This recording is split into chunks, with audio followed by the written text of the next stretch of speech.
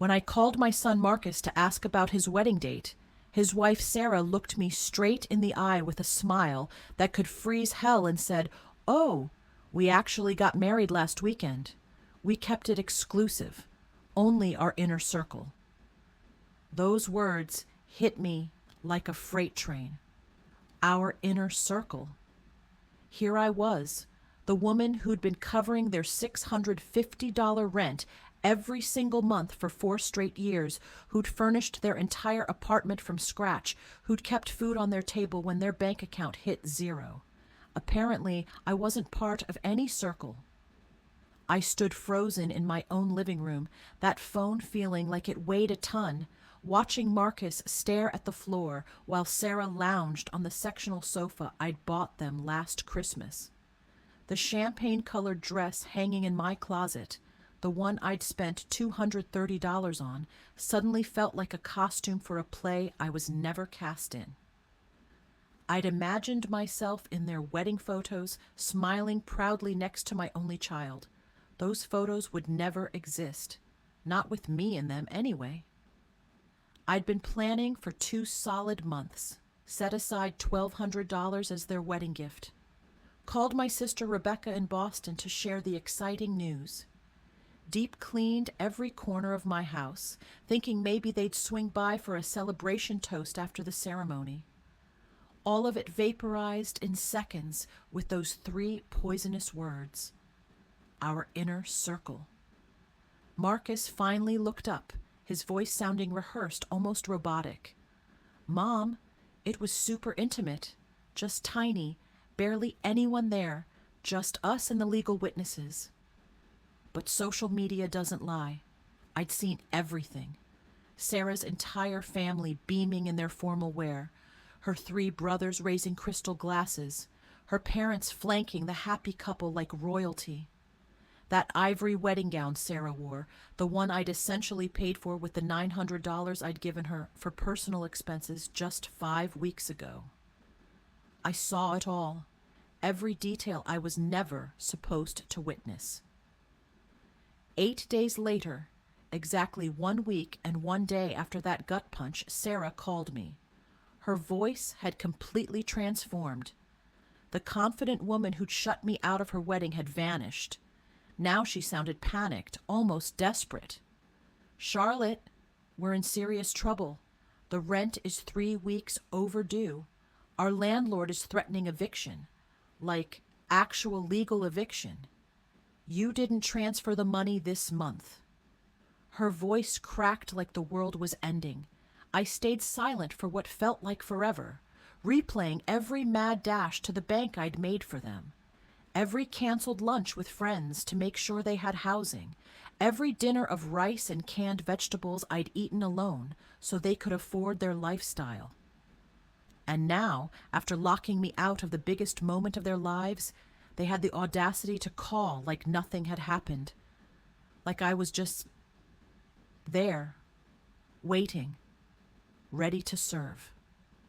"Sarah," I said with a calmness that shocked even me, "didn't I tell you I only help people in my inner circle?" The silence on that phone line was so deep I could hear my own heartbeat echoing in my ears. For the first time in 4 years, I wasn't the one trembling. She was. "Charlotte, what?" "I don't understand," she stammered. "We've always been your inner circle. You've always said I'm like your daughter." Lies. Beautiful, carefully wrapped lies in that syrupy voice she only used when she needed something. The same voice she'd used to ask for money for the dress, for the honeymoon in Cancun, for those platinum wedding bands I'd helped finance without knowing I'd never see them exchanged.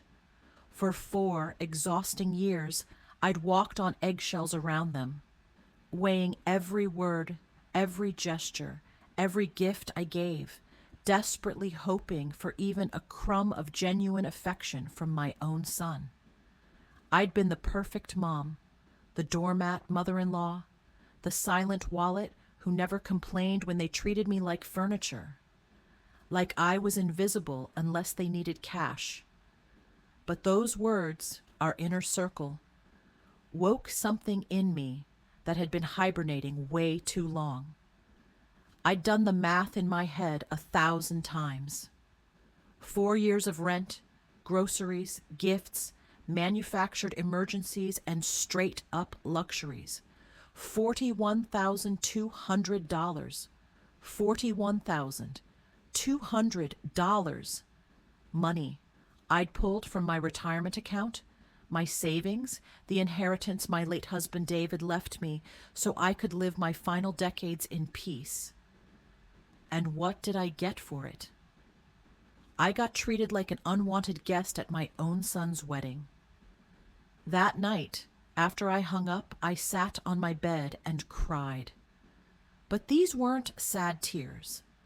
These were angry tears, frustrated tears. Years of swallowed humiliation pouring out all at once. I cried for every time they made me feel like my love was a burden, like my presence was an inconvenience, like my money was the only valuable thing about me. I cried for the foolish woman I'd been, the woman who'd erased herself, trying to be essential to people who saw her as disposable. When I woke up the next morning, something fundamental had shifted inside me. It wasn't just hurt anymore. It was something colder, sharper. I stood in front of my bathroom mirror, same tired eyes I'd seen for years, same wrinkles that told stories of decades spent giving love and getting nothing back. But there was something new staring back at me, a hardness I'd never seen before, a steel determination that had been buried under years of people-pleasing. I walked to the kitchen and made coffee. Same ritual I'd done every morning for 43 years, but this morning was different. I didn't grab my phone to text Marcus good morning. I didn't check for messages, hoping he'd apologize for yesterday's slap in the face. For the first time in longer than I could remember, I was my own first priority. I sat at my kitchen table, the same table where I'd planned countless surprises for them, counted out cash for their bills, cried silently when they brushed me off like I was nothing. Now this table would witness something completely different. I grabbed my financial records, my checkbook, my bank statements. I needed to see it. The exact dollar amount of my own stupidity. $650 rent times 48 months, $31,200. Groceries and household supplies about $250 monthly, another $12,000. Birthday gifts, Christmas, anniversaries, at least $4,000. Sarah's medical emergencies, $950. The car loan they swore they'd pay back, $3,000. The HVAC repair in their apartment, $750. The living room furniture set, $1,600. $41,200. That was the exact price tag of my generosity.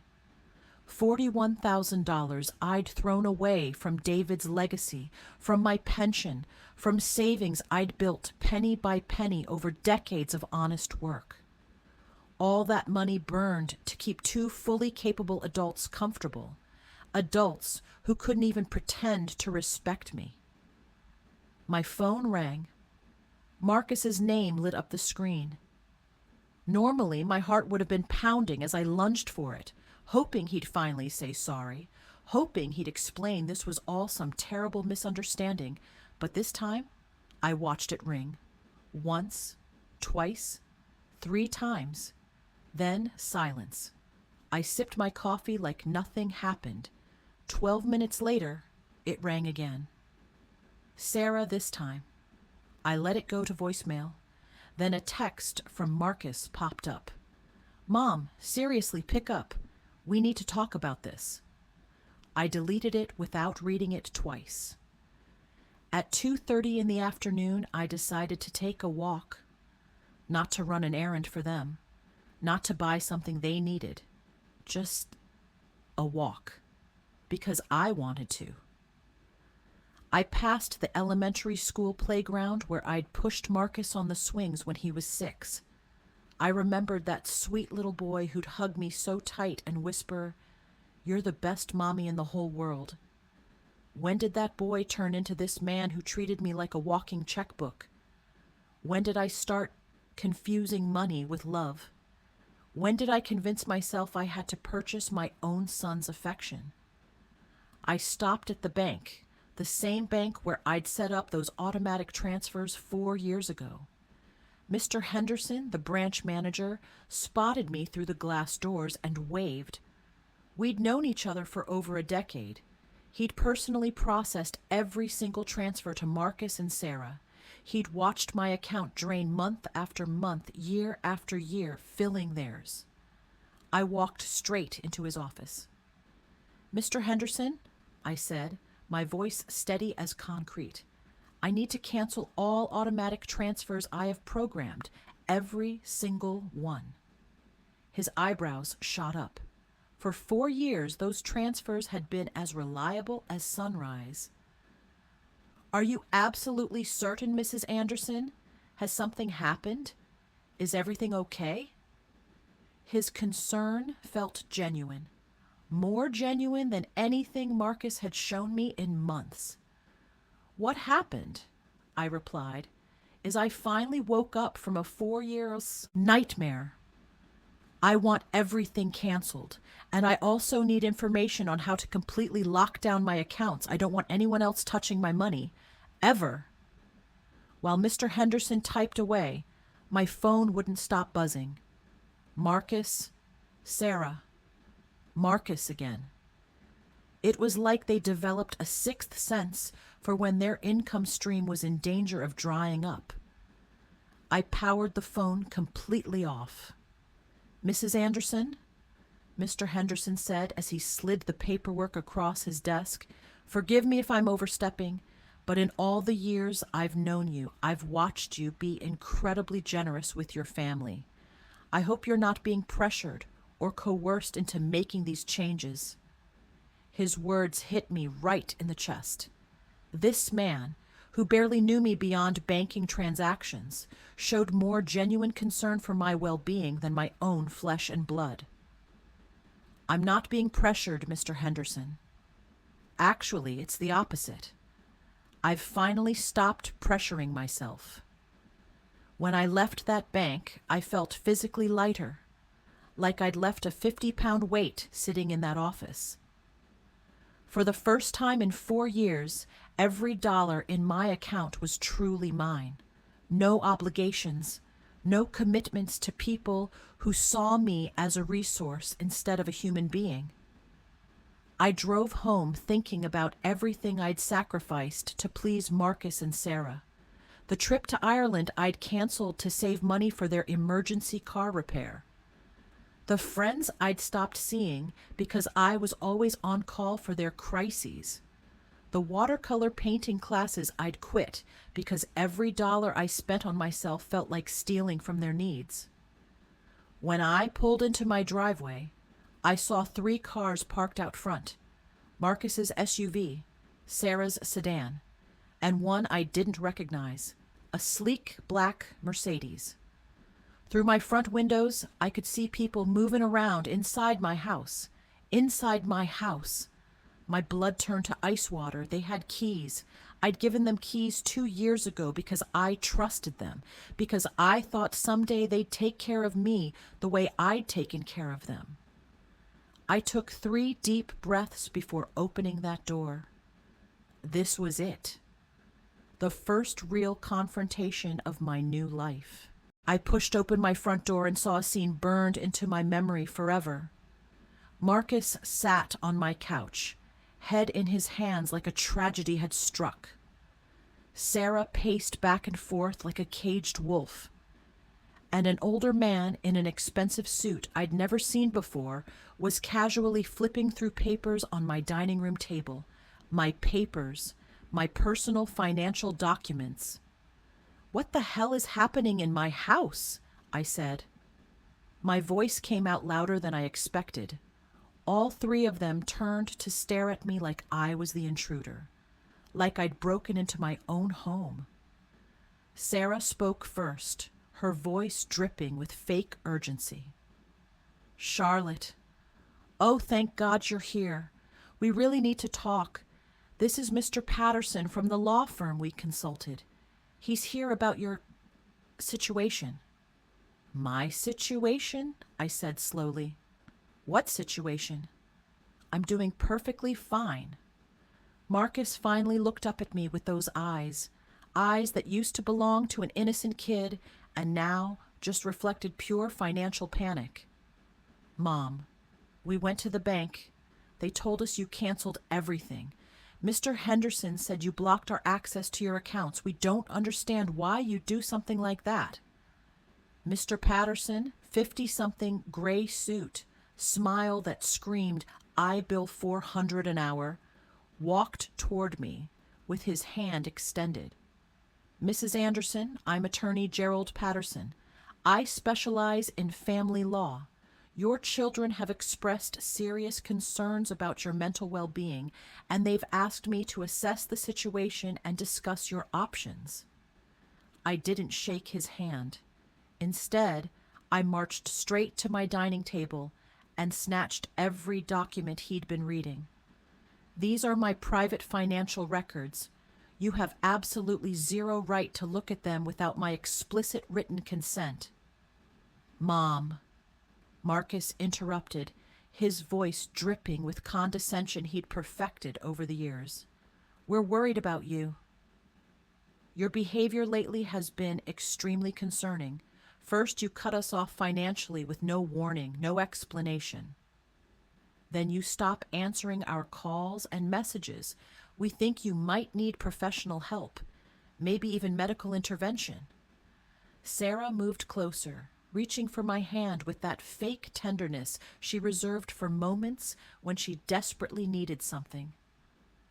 "Charlotte, honey, we understand you're under enormous stress.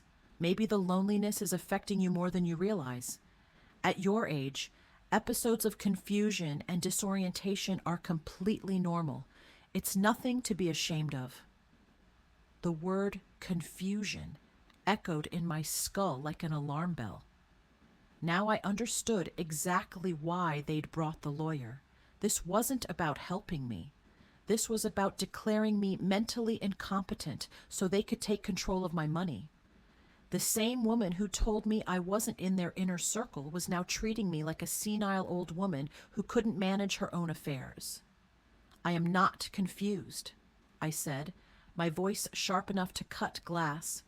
"I'm clearer than I've been in years. And all three of you are going to leave my house right now."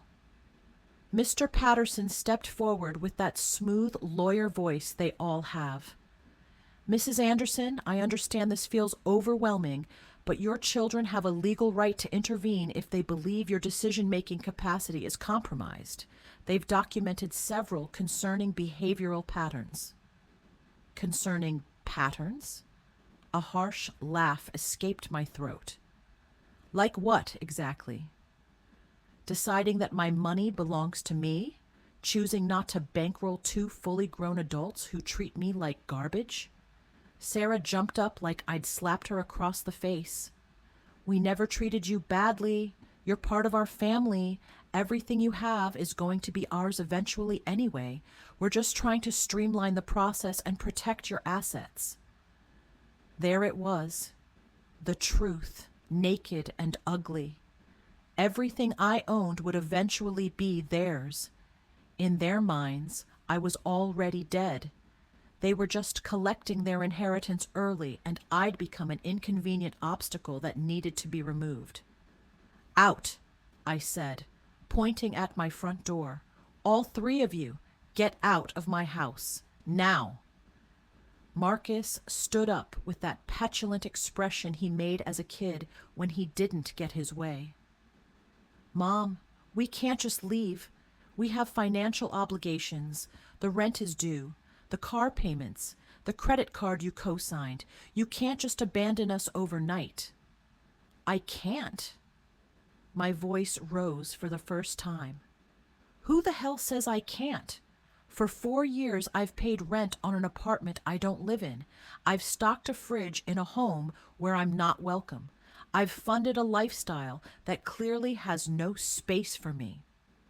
Mr. Patterson pulled a leather folder from his briefcase and set it on my table. Mrs. Anderson, we've prepared some documents that could help facilitate this transition. A simple power of attorney that would allow Marcus and Sarah to manage your finances more efficiently during this difficult period. It would only be temporary, of course, until you're feeling more like yourself. I picked up that folder, didn't even bother opening it, walked straight to my kitchen, and dropped it in the trash can. The only transition happening here is you three transitioning your asses out my front door. Sarah's eyes filled with tears, but not sad tears. Angry tears, frustrated tears. You can't do this to us, Charlotte. We were counting on you. We made financial plans based on your support. We bought things. We made commitments because we knew you'd always be there. Commitments based on my bank account, I shot back. Not on my happiness, not on my well-being, not on my company, just my money. And now that I've decided my money is better invested in my own life, suddenly I'm a confused old woman who needs a legal guardian? Marcus tried to step toward me. I backed up. He wasn't that little boy who ran into my arms during thunderstorms anymore. He was a 35-year-old man who saw his mother as nothing but an obstacle between him and a comfortable life financed by someone else. Mom, we made mistakes, he said in a voice calculated to sound remorseful. The wedding thing was a misunderstanding. Sarah was stressed. I was overwhelmed. We can fix this if you just be reasonable again. Reasonable. The word tasted like poison. Being reasonable means continuing to pay for your life while you treat me like a stranger. It means pretending it doesn't hurt that I was excluded from the most important day of my only child's life. Mr. Patterson started packing up his briefcase with the efficiency of a man used to having his proposals rejected. Mrs. Anderson, this conversation isn't over. Your family has legal options. If you truly are making irrational financial decisions due to mental health decline, a judge can determine that you require supervised guardianship for your own protection. His words landed like a punch to the gut. This wasn't just a manipulative family visit anymore. This was a real legal threat. They actually wanted to have me declared incompetent so they could control my money. Mr. Patterson, I said, looking him dead in the eyes, I suggest you do your research before you threaten a 71-year-old woman who's managed her finances flawlessly for 43 years. A woman who raised her son alone after her husband's death, who ran a household and worked full-time until retirement, who until 2 weeks ago was financially supporting 2 completely capable adults. Sarah stopped fake crying and stared at me with pure coldness, her real face finally showing through. This won't end here, Charlotte. We have rights. We have lawyers. You'll regret this. Perfect, I replied. Hire every lawyer in the state, with your own money, obviously, because mine is no longer available to fund your legal tantrums. All 3 of them walked toward my door with the wounded dignity of people not used to hearing the word no. Right before leaving, Marcus turned back one last time. Mom, this is going to end very badly for you. You're going to end up completely alone with nobody to take care of you when you actually need it. Marcus, I said, my voice sad but crystal clear, I'm already alone. The difference now is, it's my choice, not your neglect. I closed the door behind them and stood in my living room, surrounded by the most beautiful silence I'd heard in years, the silence of freedom. That night I couldn't sleep, but not from sadness or regret. From pure adrenaline. I just reclaimed control of my entire life. I lay awake making plans like a general preparing for war. If Marcus and Sarah wanted to fight, I'd give them a war. But I'd fight it with strategy, not emotion. At 6 the next morning, I was dressed and ready. First stop, the office of Attorney James Thompson. I'd met him years ago when handling David's estate. Unlike Mr. Patterson, James Thompson had a spotless reputation and specialized in protecting elderly people's rights. "Mrs. Anderson," he said, after I explained everything, "what your children attempted yesterday is more common than you'd think. It's called elder financial abuse, and yes, it's a federal crime. The fact they entered your home without permission and examined your private documents, that's also a violation." His words both comforted and terrified me. Comforted because they confirmed I wasn't crazy. What happened was genuinely abusive. Terrified because I realized this was way more serious than I'd thought. "We need to document absolutely everything," Thompson continued. "Every transfer, every gift, every time they pressured you. We'll also revise your will immediately to protect your assets from future manipulation." We spent 4 hours going through my financial records. Thompson whistled when he saw the total. $41,200 in 4 years. Mrs. Anderson, with this money you could have traveled the world, lived comfortably, enjoyed your retirement.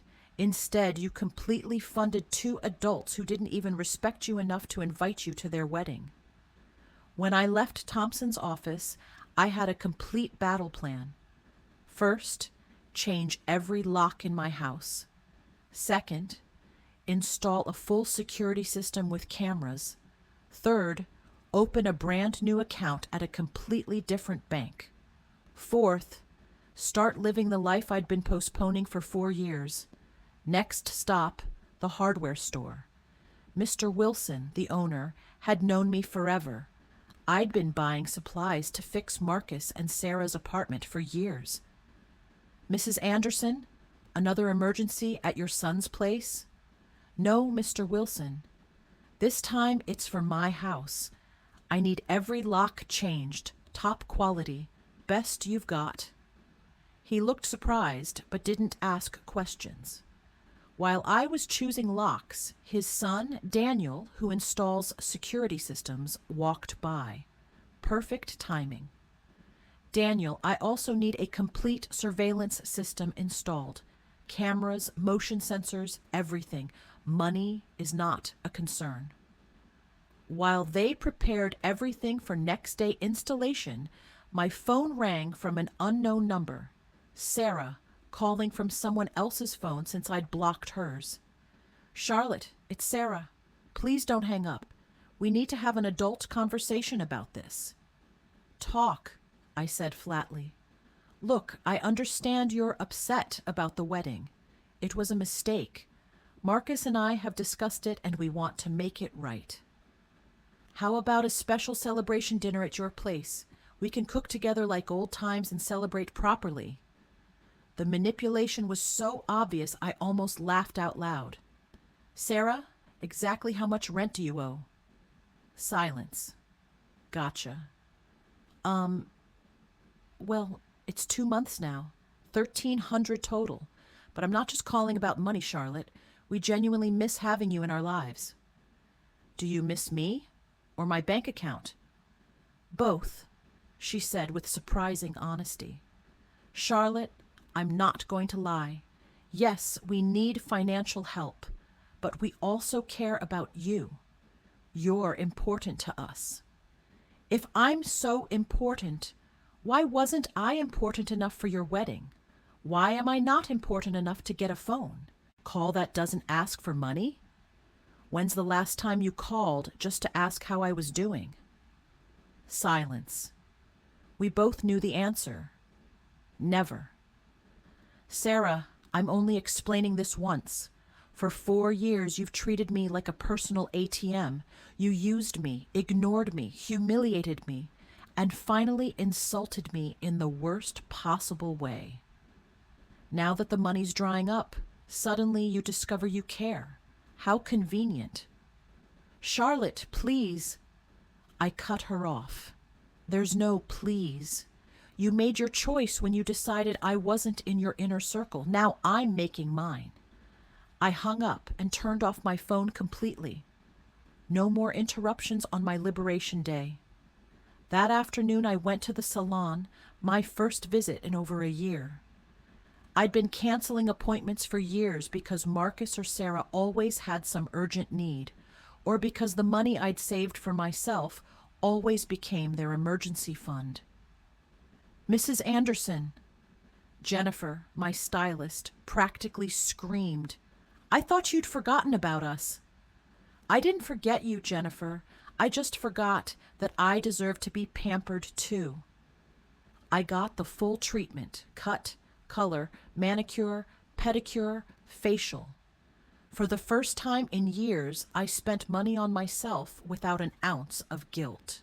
While Jennifer worked on my hair, she told me about her life, her kids, her dreams of opening her own salon. It was refreshing to have a conversation that didn't revolve around Marcus and Sarah's never-ending needs. "You look absolutely stunning, Mrs. Anderson," she said when she finished. "But more than that, you look free, like a weight's been lifted. Did something amazing happen?" "Yes, Jennifer. I finally learned the power of the word no." When I got home that evening, there was an unfamiliar car parked outside. My heart jumped for a second. Maybe Marcus and Sarah were back with reinforcements. But as I got closer, I saw an older woman sitting on my porch steps.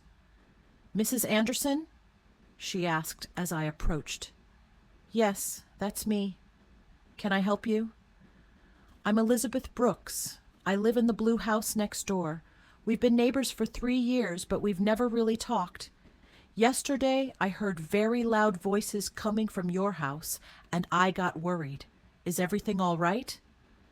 Her genuine concern touched something deep inside me. Here was a complete stranger showing more interest in my welfare than my own son. "Come inside, Mrs. Brooks. I'll make us some coffee and tell you a story you absolutely won't believe."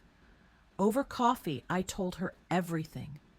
The secret wedding, the exclusion, the inner circle comment, the money, all of it. Elizabeth listened without interrupting, just nodding occasionally. When I finished, her eyes were wet with tears. "Mrs. Anderson," she said quietly, "you did the right thing, the brave thing. 5 years ago, I went through almost the exact same thing with my daughter. I also thought it was my duty to fund her adult life. I also believed she wouldn't love me if I stopped giving her money. What happened? I cut her off when I realized she only called when she needed something. At first it was hell. She threatened me, guilt-tripped me, tried to turn family against me, but after about 6 months, she called to genuinely apologize. Now we have a real relationship, one based on actual love, not financial transactions. Her words gave me hope, real hope. Do you think Marcus and Sarah will eventually understand? Maybe, maybe not, she answered honestly. But here's what I learned. That's not your responsibility anymore, Mrs. Anderson.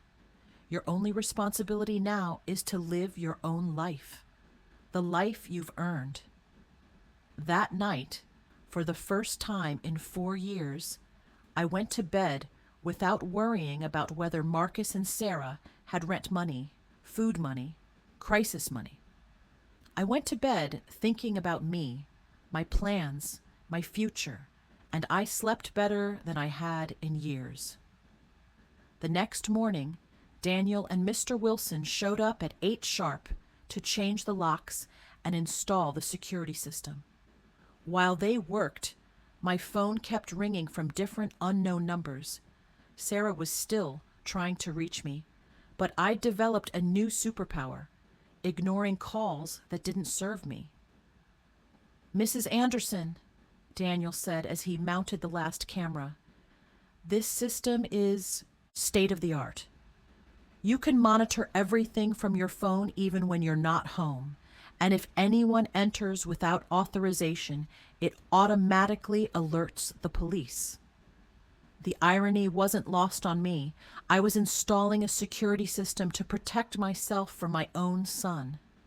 But it didn't hurt as much as it should have. It was just practical. A necessary measure to maintain my hard-won peace. While they worked, I did something I hadn't done in years. Called my sister Rebecca in Boston. We'd drifted apart because every time we talked, I'd just brag about how much I was helping Marcus and Sarah, turning our conversations into financial reports disguised as family updates. "Charlotte," Rebecca answered, shocked. "Oh my God, it's been like 4 months. How are you?" "I'm good, Becca. Actually, I'm better than good. I'm calling to tell you I've finally woken up from a very long nightmare." I told her everything from start to finish. The wedding, the humiliation, the lawyer, my decision to cut them off completely. Rebecca listened in complete silence. When I finished, her response surprised me. "Charlotte, sister, it's about damn time. Every conversation we had broke my heart. You'd brag about giving them money like love could be measured in dollar signs. I wanted to say something, but I didn't know how without hurting you." "What did you want to say?" "That Marcus never spoke lovingly about you at family gatherings.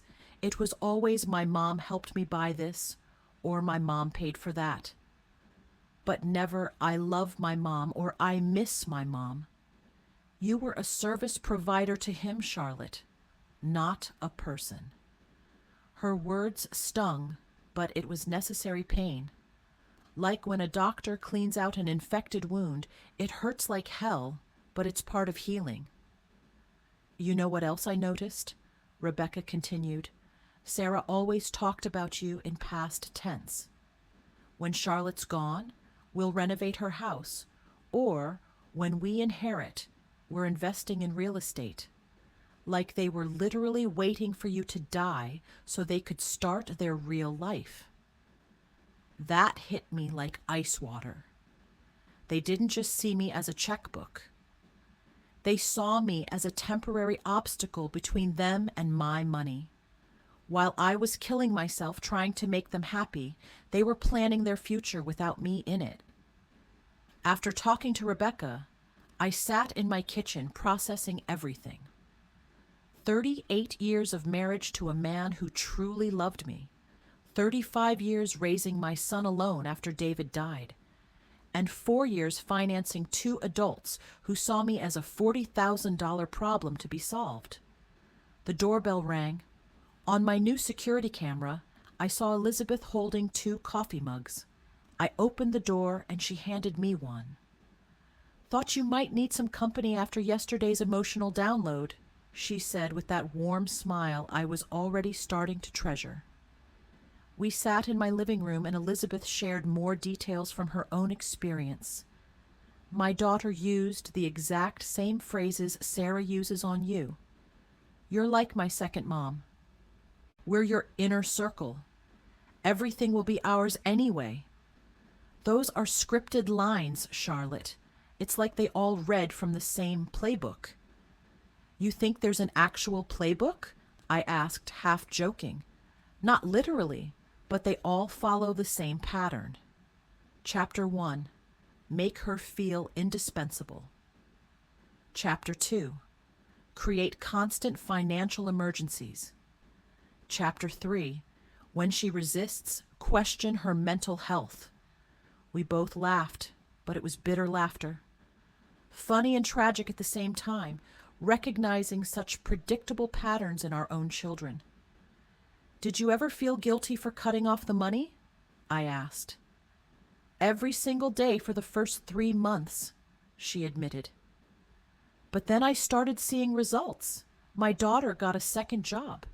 Her husband stopped golfing every weekend and found extra work. They learned to live within their means. More importantly, they learned I'm a person, not an ATM. That afternoon, I did something I'd been putting off for years, visited David's grave. I'd always made excuses. Marcus needed something. Sarah had an emergency. The cab fare was better spent on their crisis of the week. The cemetery was peaceful and beautiful. David's headstone looked neglected because I hadn't been there to clean it in months. I sat on the grass next to his stone and talked to him like he was still alive. David, honey, I think I lost myself for a while there. After you died, I put everything I had into Marcus. I wanted to be Supermom, thinking that would somehow make up for him growing up without a father. But I think in the process I forgot how to be Charlotte. The wind picked up gently, and for just a moment I felt like he was listening. Our son became someone I don't recognize. Or maybe he was always like this and I refused to see it. His wife? Well, you can imagine. That money you left me to live peacefully? I burned through it taking care of them. But not any more, my love. I've learned my lesson. I cleaned his grave, replaced the dead flowers with fresh ones, and sat there for another hour just enjoying the quiet. For the first time in years, I wasn't rushing home to solve someone else's crisis. When I finally got home, there were 3 cars parked outside my house again. My pulse spiked, but this time I was prepared. The security cameras showed Marcus, Sarah, and 2 people I didn't recognize. All of them looking agitated, gesturing at my house, clearly plotting something. I didn't get out of my car. Instead, I called Thompson. They're here again. This time with backup. What do I do? Stay in your car, Charlotte. I'm on my way, and I'm calling the police. After yesterday, I filed for a temporary restraining order. They're not legally allowed on your property. 10 minutes later, Thompson arrived with 2 police cruisers. I watched officers talk to Marcus and Sarah through my windshield, saw Marcus gesturing angrily, saw Sarah crying again, but this time her tears didn't affect me at all. One officer approached my car. Ma'am, you're safe to exit. Your visitors are leaving immediately. As I stepped out, Marcus shouted from the street, Mom, this is insane. We're your family. You can't call the cops on your own son. Marcus, I called back with shocking calmness. Family doesn't threaten incompetence lawsuits. Family doesn't break into homes. Family doesn't treat their mother like a walking checkbook. Sarah screamed from across the street. You owe us. We have bills you co-signed. You can't just abandon us. Thompson stepped forward. Mrs. Patterson, all future communication goes through my office, and I suggest you consult an attorney before making collection threats, because my client has full documentation of 4 years of voluntary payments she made. I watched them drive away, defeated, but definitely not done. I knew this war wasn't over. But for the first time, I felt confident. I had professional help. I had emotional support. And most importantly, I had clarity about right and wrong. That night, Elizabeth invited me for dinner. I met her daughter who was visiting, and I saw with my own eyes what a healthy family relationship actually looks like. They talked respectfully, asked genuine questions, laughed together. The daughter didn't ask for money once the entire evening. I wanted that with Marcus too, I confessed to Elizabeth after her daughter left. Maybe you'll still get it, she replied. But first, he needs to learn you're a person who deserves respect, not just an income source. For the first time in weeks, I went to bed feeling genuinely hopeful. The next few days were strangely peaceful. My cameras showed Marcus and Sarah driving past several times a day, sometimes slow, sometimes parking briefly but never getting out, like they were studying my routine, looking for the perfect moment to strike. Thompson advised me to log every pass-by. Their obsession works in our favor, he said.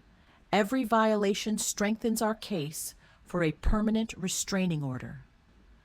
Friday morning, I was peacefully eating breakfast when the doorbell rang. The camera showed a well-dressed woman in her 30s, professional smile, official-looking folder. I didn't recognize her, but something about her energy screamed, "This isn't a friendly visit." "Good morning, Mrs. Charlotte Anderson," she said as I cracked open the door. "I'm a social investigator with the Department of Elder Services. We've received a report suggesting you may be in a vulnerable situation. I need to conduct a wellness evaluation." My stomach dropped. Marcus and Sarah had escalated. This wasn't just private lawyers anymore. They'd brought the government into this. "Can I see your credentials?" I asked, trying to keep my voice steady. "Absolutely." She showed me official identification that looked legitimate. "I'm Ms. Rodriguez, licensed social worker. May I come inside?" I let her in, knowing that refusing would only make things worse. Ms. Rodriguez sat on my couch and pulled out a detailed form. "Mrs. Anderson, we've received reports indicating significant changes in your financial patterns, complete communication cut off with family members, and signs of paranoia evidenced by unnecessary security installations. We've also been informed you've refused medical and legal assistance from concerned loved ones." Every single word had been carefully crafted to make me sound like a mentally unstable elderly woman. I recognized Sarah's manipulative writing style all over this complaint. "Ms. Rodriguez," I said, with as much dignity as I could gather, "I'd like to call my attorney before answering any questions." "Ma'am, this isn't a legal proceeding. It's a wellness check. If you have nothing to hide, there shouldn't be any issue with speaking to me directly." That phrase, "nothing to hide," made my blood boil. It's the exact logic abusers use. If you're innocent, you shouldn't mind invasions of privacy. "I'm calling my lawyer. You can wait, or you can reschedule, but I'm not answering anything without legal representation." I called Thompson, and he arrived in under 20 minutes. When he walked in and saw the social worker, his expression turned to stone. "Ms. Rodriguez," he said after examining her ID, "I hope you have a court order, because my client is under active legal representation, and any unauthorized investigation constitutes harassment." "Sir," she replied, less confident now, "we have reports from concerned family members. It's our legal obligation to investigate." "What family?" Thompson asked coldly. "The same family that tried forcing her to sign away power of attorney? The same family that broke into her home and rifled through private documents? The same family that excluded her from major life events while draining her bank account?" Thompson pulled out his own folder and laid it on the coffee table. "Here's complete documentation of my client's case. $41,200 extracted from her accounts over 4 years. Systematic social exclusion. Emotional manipulation. If anyone needs investigating here, it's not my client. It's them." Ms. Rodriguez reviewed the documents, her discomfort growing by the second. Clearly, the story she'd been fed didn't match reality. "Mrs. Anderson," she finally said, Can you explain why you abruptly stopped financial support? Because I finally realized they were exploiting me, I answered simply. I realized I wasn't a mother to them. I was a bank account. I got tired of funding people who saw me as an obstacle to overcome. But don't you feel responsible for helping your family? That question made me furious. Ms. Rodriguez, my responsibility was raising my son until 18, educating him, and giving him tools to be independent. My son is 35, married, and fully capable of supporting himself. Financing his adult lifestyle isn't my responsibility, it's my choice. And I've chosen to stop. Thompson added, would you consider it normal for a 35-year-old to require his 71-year-old mother to pay his rent? Ms. Rodriguez hesitated, clearly re-evaluating everything. Mrs. Anderson, do you manage your own finances? I can show you bank statements, investment portfolios, tax returns, everything current and in perfect order. Do you live independently? As you can see, my home is clean. I care for myself physically. I drive. I maintain healthy social relationships. Any medications? Just vitamins and occasional aspirin. No medical conditions requiring prescription drugs. Thompson interjected. My client recently underwent comprehensive medical evaluations. She's in excellent mental and physical condition. Ms. Rodriguez closed her folder. Mrs. Anderson, based on this conversation and the documentation provided, I see no indication you're at risk or need intervention. I'm closing this case. After she left, Thompson and I sat in silence. Charlotte, he finally said, this is going to keep escalating. Marcus and Sarah are spending money they don't have, hiring professionals to get you declared incompetent. So they're desperate? Exactly. What else can they do? File a formal incompetence lawsuit. It's expensive and difficult to win, but with the right judge and a psychiatrist willing to testify, they could get guardianship assigned. The thought terrified me. They could control my money? They could try. But we have solid evidence you're completely competent, and they're motivated purely by greed. That afternoon, I called Rebecca to vent. Sister, she said after hearing everything, do you see how far they're willing to go for money? They're destroying family relationships, spending on lawyers, ruining their reputation, all to access your bank account. Her words crystallized something. Marcus and Sarah had revealed their true nature completely. No going back, no possibility of genuine reconciliation. I'd never been a mother to them, just money with a heartbeat. This realization, though painful, was also liberating. I didn't have to question my decision anymore. I didn't have to feel guilty for self-protection. They'd proven my well-being meant nothing compared to my bank balance. That evening, Elizabeth came over with a surprise. She'd invited friends from her garden club. Charlotte, meet my friends. You already know Jennifer from the salon. This is Maria, Carmen, and Helen. We've all dealt with financially abusive family members. We spent hours sharing stories. Maria had set boundaries with a brother who constantly demanded money. Carmen had cut off a daughter who only visited when she needed cash. Helen had changed her will after discovering her grandchildren saw her as their retirement plan. What hurts most, I confessed, isn't losing the money. It's realizing I never had the love I thought I had. Charlotte, Helen said with 80 years of wisdom in her voice, real love can't be bought or sold. If you had to pay for it, it was never genuine. Her words were medicine for my wounded soul. She was right. I'd purchased attention, not love, financed an illusion. You know what I've learned? I told my new friends. Being lonely surrounded by people who don't love you is worse than being alone. At least now, when I'm alone, I'm in good company. We laughed and toasted to hard-won wisdom. After they left, I sat in my garden under the stars. They seemed brighter than ever, or maybe I was seeing clearer. For the first time in my adult life, I was completely financially independent. No obligations to anyone but myself, and instead of fear, I felt excitement.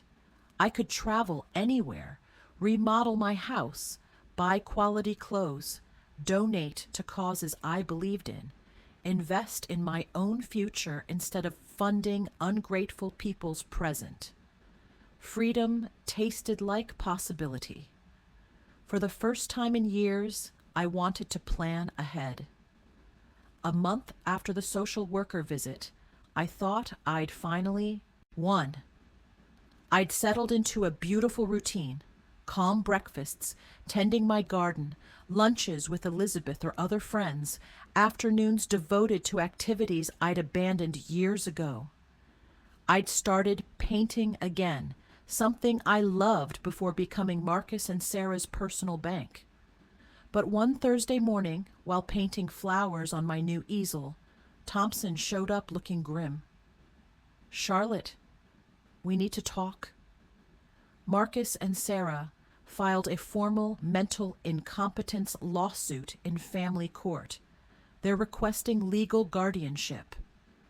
The words hit like physical blows. I'd known it was possible, but hearing it made it terrifyingly real. Can they take my money?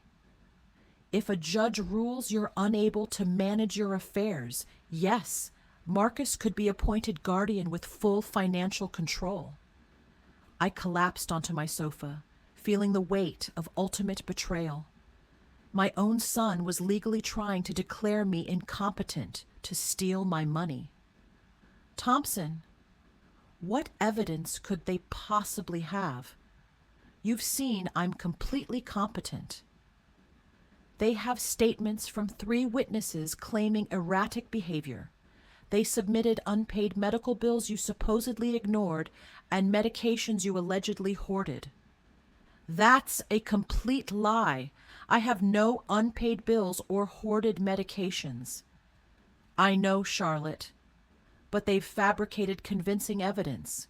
They also have Dr. Steinberg's statement claiming you refused psychiatric evaluation, which they're spinning as proof of mental decline. The manipulation was diabolical. They'd twisted my refusal of an unnecessary exam into evidence of mental illness. Used my self-protection instinct as proof I needed protection from myself. Who are the 3 witnesses? Thompson checked his notes. Sarah, obviously, a neighbor named Mr. Collins, and supposedly your pharmacist, Mr. Martinez. Mr. Collins was the grumpy neighbor across the street who hated me because my friends occasionally parked near his house. Mr. Martinez was my actual pharmacist, but I couldn't imagine what he'd have against me. I need to talk to Martinez. Something's wrong here. We went to the pharmacy that afternoon. Martinez looked surprised and nervous when he saw us. Mrs. Anderson, good to see you. Mr. Martinez, I heard you signed a statement saying I show erratic medication behavior. His face flushed red. Mrs. Anderson, your daughter-in-law came in weeks ago asking about your medications. She said she was worried because you were acting strange. What did you tell her? I explained you only purchase vitamins and occasional aspirin, no regular prescriptions.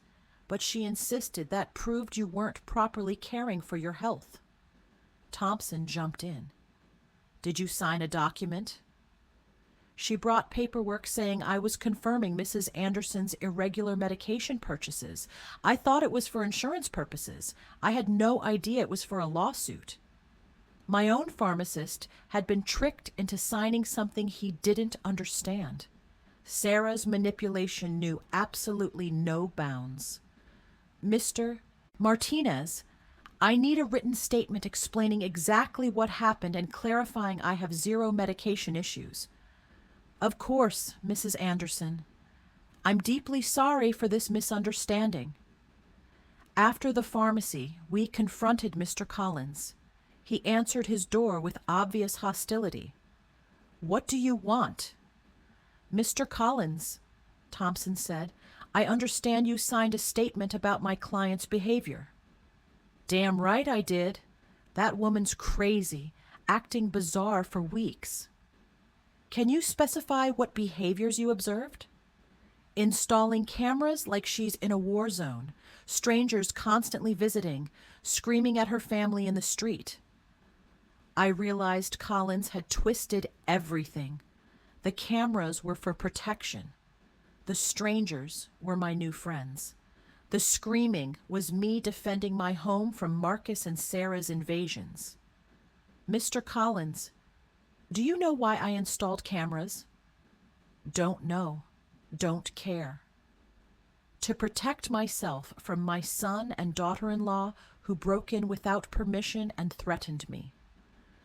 That's exactly what a crazy person would say, he sneered. No reasoning with him. His statement was based on superficial observations maliciously interpreted. That evening, Thompson and I strategized. Charlotte, we need our own psychiatric evaluation. I know Dr. Morrison, an expert in mental capacity assessment. She can officially confirm your complete competence. What if Marcus and Sarah bribed the judge? What if none of this matters because they've already decided? Charlotte, the system isn't perfect, but it's not completely corrupt. We have solid evidence of your competence and their financial motivations. We're fighting this. Next day, I met Dr. Morrison, a woman in her 50s with kind but sharp eyes. Mrs. Anderson, I'll ask questions and administer tests to assess your mental capacity. Take your time and answer honestly. For 2 hours, she tested my memory, reasoning, financial understanding, emotional health, cognitive tests, mathematical and logical problems. Mrs. Anderson, she concluded, your results are well above average for your age. You're not just competent. Your cognitive function is excellent. Doctor, why would my family do this? Based on everything you've shared and the documents I've reviewed, this is a textbook case of elder financial exploitation. Unfortunately, it's more common than people realize. I left feeling validated but sad. Professional confirmation of my mental health was relief, but it confirmed the lawsuit was real and necessary. That afternoon, Elizabeth organized an emergency garden club meeting. When I told them about the incompetence lawsuit, everyone was outraged. Charlotte, Maria said, we'll all testify. We've spent weeks with you. Anyone can see you're thriving. Better than thriving, Jennifer added. You're sharper than most 40-year-olds I know. Helen took my hands with her 80 years of wisdom. Charlotte, dear, what your children are doing isn't new. For generations, greedy children have tried, declaring parents insane for money. But you have something most victims didn't: documentation, legal support, and friends who'll testify. Her words gave me hope. I wasn't alone. I had an army of strong women who'd witnessed my transformation. You know the saddest part? I said. Marcus and Sarah are willing to destroy any future reconciliation possibility for money. Even if I wanted to forgive everything, there's no coming back from this. Maybe that's for the best, Jennifer replied. At least now you know exactly who they are. That night, for the first time since this nightmare began, I cried, not from sadness, but grief. I said goodbye to the son I thought I had, to the dream of a loving family, to the illusion that unconditional love was reciprocated.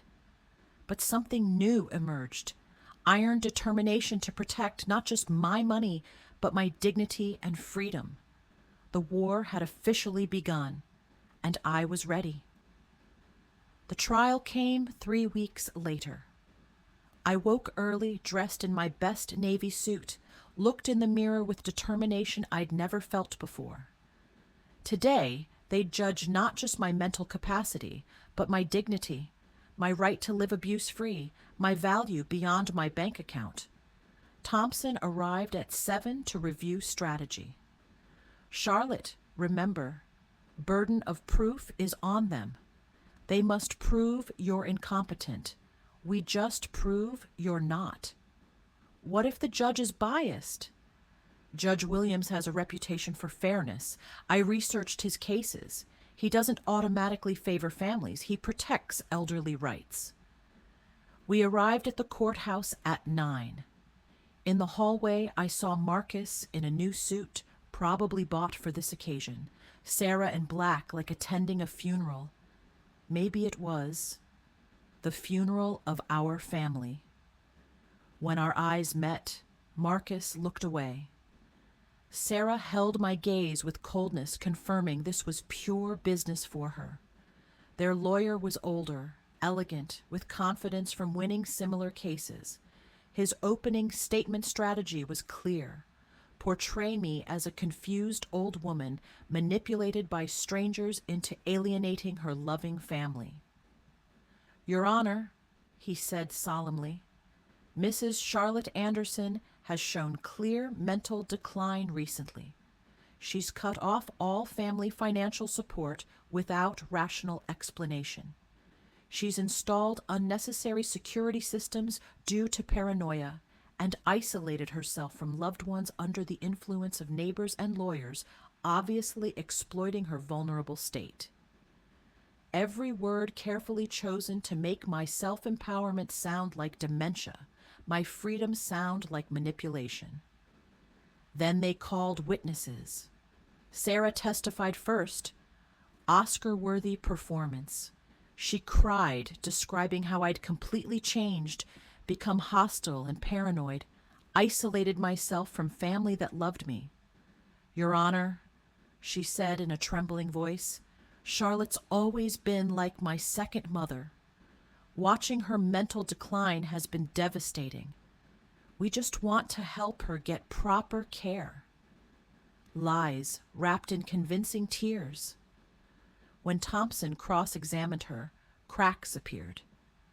Mrs. Patterson, when did you last call my client without asking for money? Sarah stammered. We always discussed many things. Give me a specific date. I don't recall exact dates.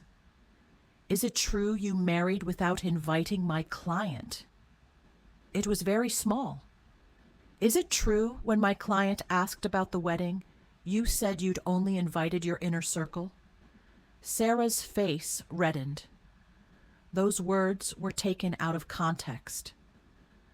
What's the right context for telling your mother-in-law she's not in your inner circle? She couldn't answer convincingly. Marcus testified next. Seeing him on the witness stand, swearing to tell truth while preparing to lie about my mental health, one of the most painful moments of my life. This was the boy I'd raised alone, dedicated my life to. My mom's always been generous, he testified, but lately she's become erratic and irrational.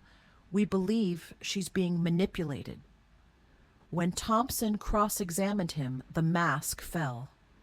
Mr. Anderson, how much money have you received from your mother in 3 years? I don't know exactly. Does $41,200 sound right? Maybe. She's always been generous. How many times have you visited your mother without asking for money? Deafening silence. Is it true you broke into my client's home and examined private documents? We were worried. Is it true you brought a lawyer to pressure her into signing power of attorney? We wanted to help manage finances. Do you, at 35, need your 71-year-old mother to pay your rent? Marcus couldn't answer with dignity. Mr. Collins testified about supposed erratic behaviors, but when Thompson asked for details, he admitted never speaking to me directly. All his information was superficial observations. Dr. Steinberg testified my evaluation refusal proved mental decline, but Thompson submitted Dr. Morrison's documentation completely refuting his conclusions. Then our turn. Thompson called Mr. Martinez first, explaining how he'd been tricked into signing a misleading statement. Dr. Morrison testified about my excellent mental state, presenting flawless cognitive test results. Mr. Wilson testified about my competence, explaining my transfer cancellation decisions were completely rational. Elizabeth and Garden Club friends testified about my clarity, vitality, and healthy social relationships. Finally, my turn. I walked to the witness stand with dignity, feeling the weight of 71 years of experience, wisdom gained through pain, strength discovered in adversity.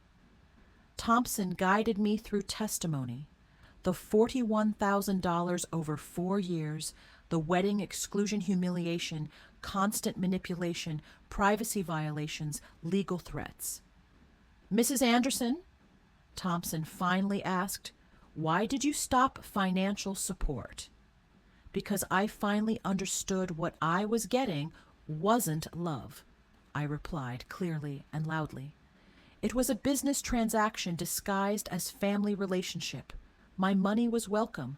I, as a person, was not. Do you regret your decision? I only regret taking so long to make it. Marcus's lawyer tried making me appear confused during cross-examination, but I answered every question with clarity and precision. When he implied my new friendships manipulated me, I explained for the first time in years I had relationships based on mutual respect, not financial interest. In his closing argument, Marcus's lawyer insisted I was a victim of external manipulation. Thompson's rebuttal was devastating. Your Honor, what we've seen isn't an incompetent old woman. It's a woman who finally found strength to free herself from years of financial and emotional abuse. Plaintiffs presented no real medical evidence of incompetence. They presented frustration because their income source exercised her legal and moral right to protect her resources. Judge Williams deliberated for 2 hours that felt like 2 years. When he returned, his expression was serious but clear. After reviewing all evidence, he began, it's obvious Mrs. Charlotte Anderson is in full possession of her mental faculties. Professional psychiatric evaluations confirm cognitive competence. Her financial decisions, however painful for her family, are completely rational and within her rights. My heart pounded. Furthermore, the judge continued, evidence suggests this lawsuit is motivated by financial interest rather than genuine concern. The court completely denies the guardianship request. I'd won. Not just the lawsuit. My freedom, dignity, right to live abuse-free. Leaving the courthouse, I saw Marcus and Sarah arguing with their lawyer. Sarah shot me a look of pure hatred. Marcus looked at me one last time. I saw something that might have been regret. Too late. That night, Elizabeth organized a celebration with all our friends. We toasted justice, freedom, the sisterhood of strong women supporting each other. Charlotte, Helen told me, today you didn't just win a trial. You won back your life. She was right. For the first time in years, the future was completely mine. I could travel, love, create, live without fear, guilt, or manipulation. 3 months later, I sold my house, moved to a beautiful downtown apartment. I donated half my money to organizations protecting elderly people from family abuse. With the other half, I began living the life I'd always wanted. Traveled Europe, took art classes, joined volunteer groups. I never heard from Marcus and Sarah again. I heard through others they'd moved to a smaller apartment. Sarah had gotten her first real job. Maybe adversity would teach them what my generosity never could, the value of honest work and independence. Some nights, looking at stars from my new balcony, I think about the woman I was a year ago. Fearful, manipulated, believing she had to buy love. That woman is dead. In her place, someone's been born who understands a fundamental truth. Real love never has a price tag, and freedom is never too expensive. My name is Charlotte. I'm 72 years old, and I've finally learned the most important person I must love and protect is myself. If you enjoyed my story, I'd appreciate your support so I can share more stories like this. Thank you in advance. And you, what would you do in my situation? I'd love to hear your thoughts in the comments. I'm always curious what you think. Also, let me know where you heard this story. For more life stories like this, please like the video and subscribe to my channel. Many more stories are waiting for you. With heartfelt gratitude, until next time.